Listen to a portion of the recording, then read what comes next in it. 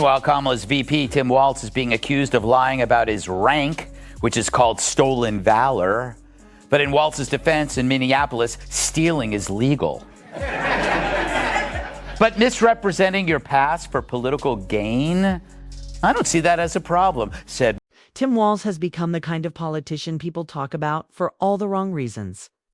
What should have been a normal leadership story turned into a long list of strange speeches, confused policies, and wild ideas. When Joe Rogan and Greg Gutfeld saw the latest clips of him talking, they didn't just laugh, they got seriously concerned.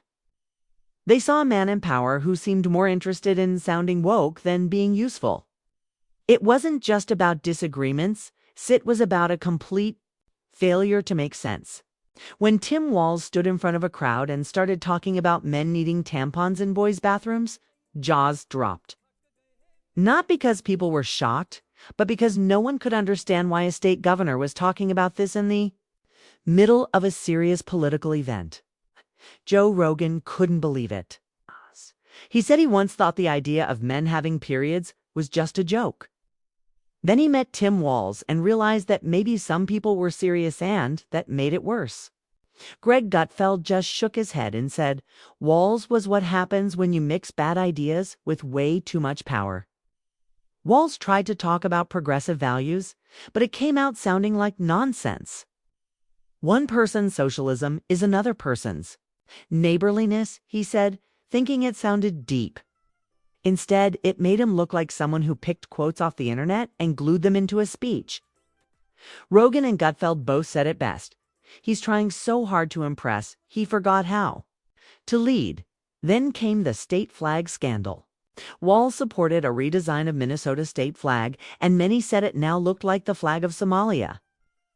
People were upset, not because they didn't want change, but because they didn't understand the need or the message. It felt like Walz was changing things for the sake of change, not because it would help anyone. Gutfeld pointed out that this kind of leadership confuses people. Instead of fixing roads or helping families, Walz was redesigning flags. Pray. And when asked why, he just gave another long, strange answer that didn't clear anything up. One of the most shocking moments was when Walz spoke at a public event and accused Donald Trump of trying to take away women's right to vote. He gave no proof, no details, just a wild claim. Rogan raised his eyebrows and asked, how? When? What law? What order? And of course, Walz had no real answer. It was just another big statement with no facts behind it. Gutfeld laughed and said Walz was allergic to truth. Every time someone asked a follow-up question, Walz panicked or changed the subject. The deeper people looked into Walz's past, the worse things got. He had claimed to be at Tiananmen Square during the 1989 protests in China. But then, when asked again, he said, well, I was actually in Hong Kong, and maybe I got the dates wrong. It wasn't just a slip-up, it was another example of Walz saying things he couldn't back up. Rogan rolled his eyes and said, this guy lies like it's his job. Gutfeld compared him to a guy who tells big stories at a bar, hoping no one asks for details. And Walz didn't stop there. He once claimed to be a football coach leading a team. But records showed he wasn't the head coach. He was the water boy. Again, a small lie that grew bigger when he kept repeating it. These lies didn't make him evil, but they made him unreliable. When you lead a state, people expect honesty. Walz gave them confusion and fantasy. Joe Rogan said it clearly. If Tim Walz ran your gym, the treadmills would be replaced with beanbags and meditation corners. And no one would lose weight, but at least they'd be more mindful. It was a joke, but it carried a truth. Walz's leadership isn't about solving problems. It's about making everything sound soft, polite, and overly complicated. Greg Gutfeld called him America's hall monitor with a messiah complex. He said every time Walz spoke, it sounded like a TED Talk written by a random word generator. Long speeches, hand movements, and lots of trendy words like equity, inclusion, and systemic, but no real meaning. It was like watching a motivational poster come to life. Only the poster didn't know what it was motivating. Rogan took aim at Walz's pandemic rules too. He pointed out how Minnesota closed bars but left some strip clubs open as long as they sold food.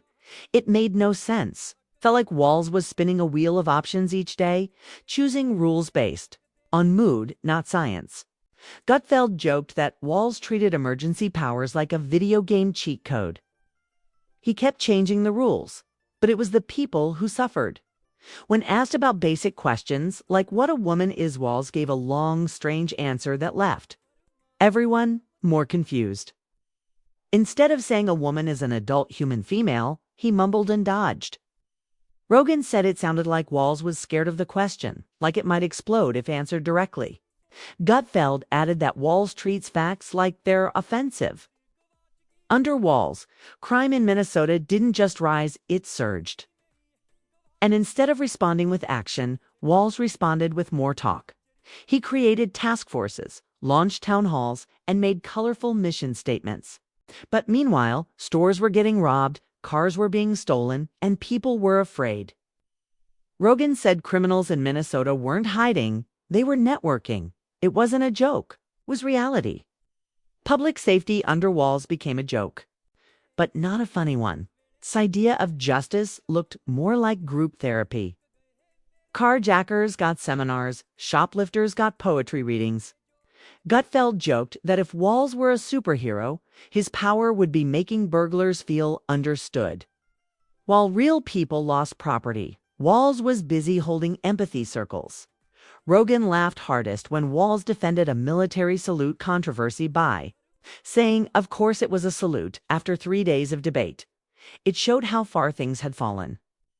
A governor spending days defending a meaningless gesture while real problems burned in the background. Gutfeld said it felt like watching someone argue with their own shadow. During the pandemic, small businesses were crushed by endless, confusing restrictions. Restaurants didn't know if they were open or closed from one week to the next. Hair salons stayed shut while big stores stayed open. Didn't feel like policy, it felt like punishment. Rogan said Walz's logic was based on vibes and vision boards. That summed it up. Nothing felt real. Everything felt made up. Even education under Walz became a circus. Schools turned into therapy centers. Students learned about identity and oppression but couldn't divide fractions. Teachers were told to focus on feelings instead of facts. Gutfeld said if you asked Walz how to divide numbers, he'd create a task force on racial equity instead. Rogan added that schools were now about comforting kids into failure.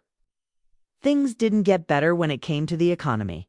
Tim Walz talked a big game about helping working families, but his actions said otherwise.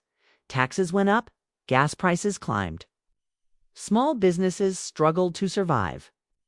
Walz's response was to throw more money at consultants, create more planning boards, and host more public conversations. But while he was busy drawing charts and handing out pamphlets, real families were cutting back on groceries and wondering how to pay their bills.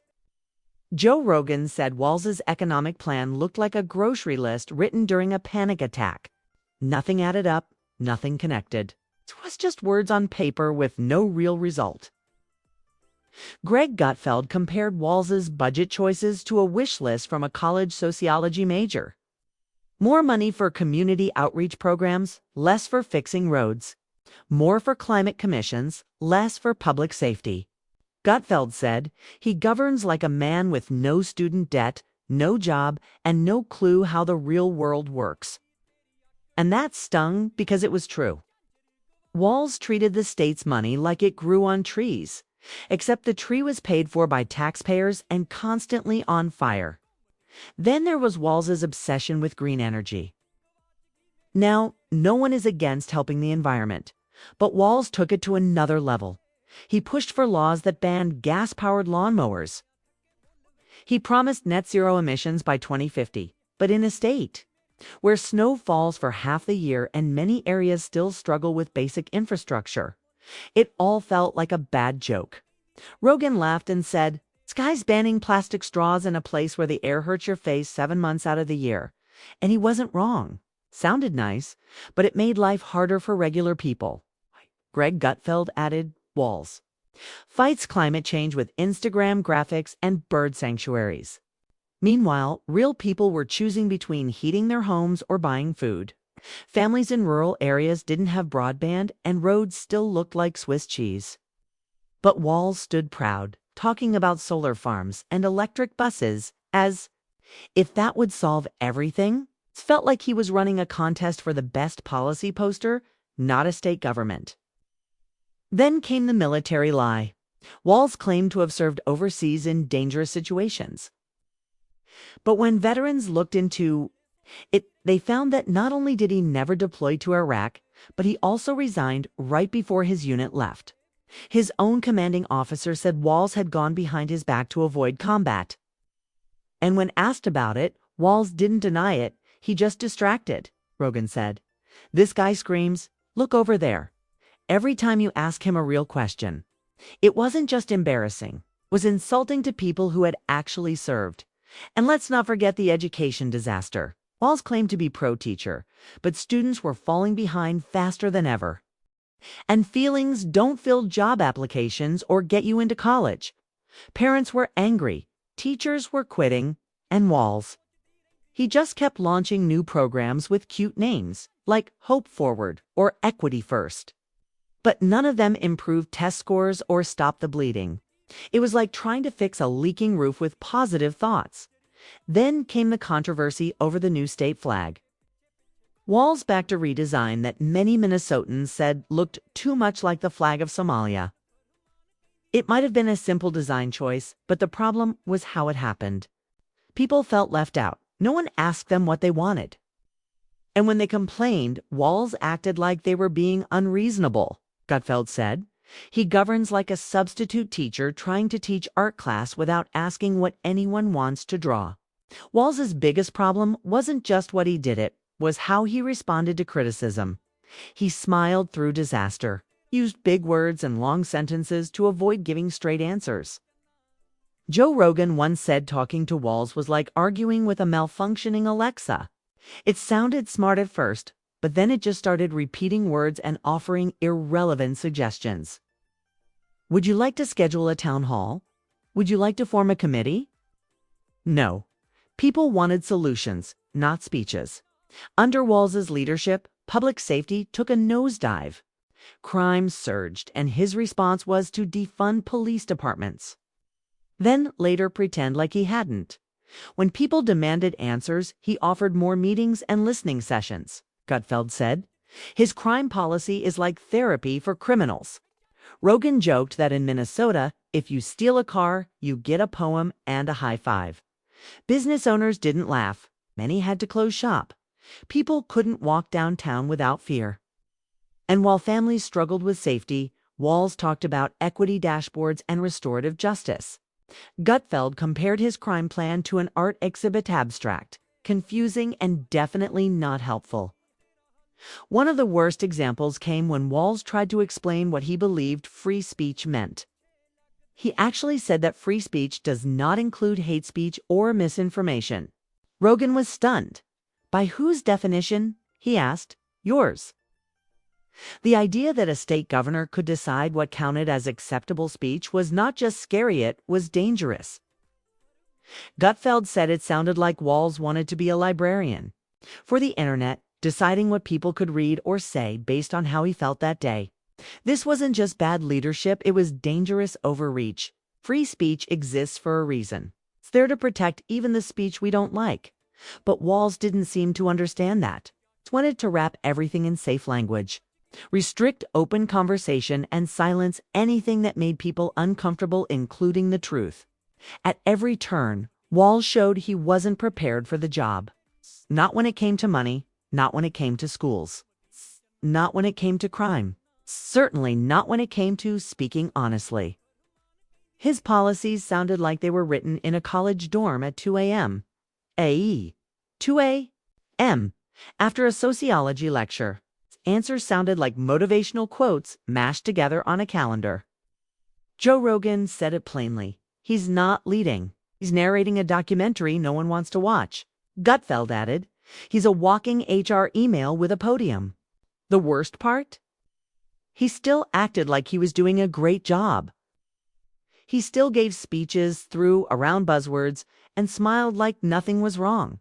But everything was wrong. And the people of Minnesota were the ones paying for it. Higher taxes, more crime, worse schools, fewer jobs, longer speeches, endless distractions, and no end in sight.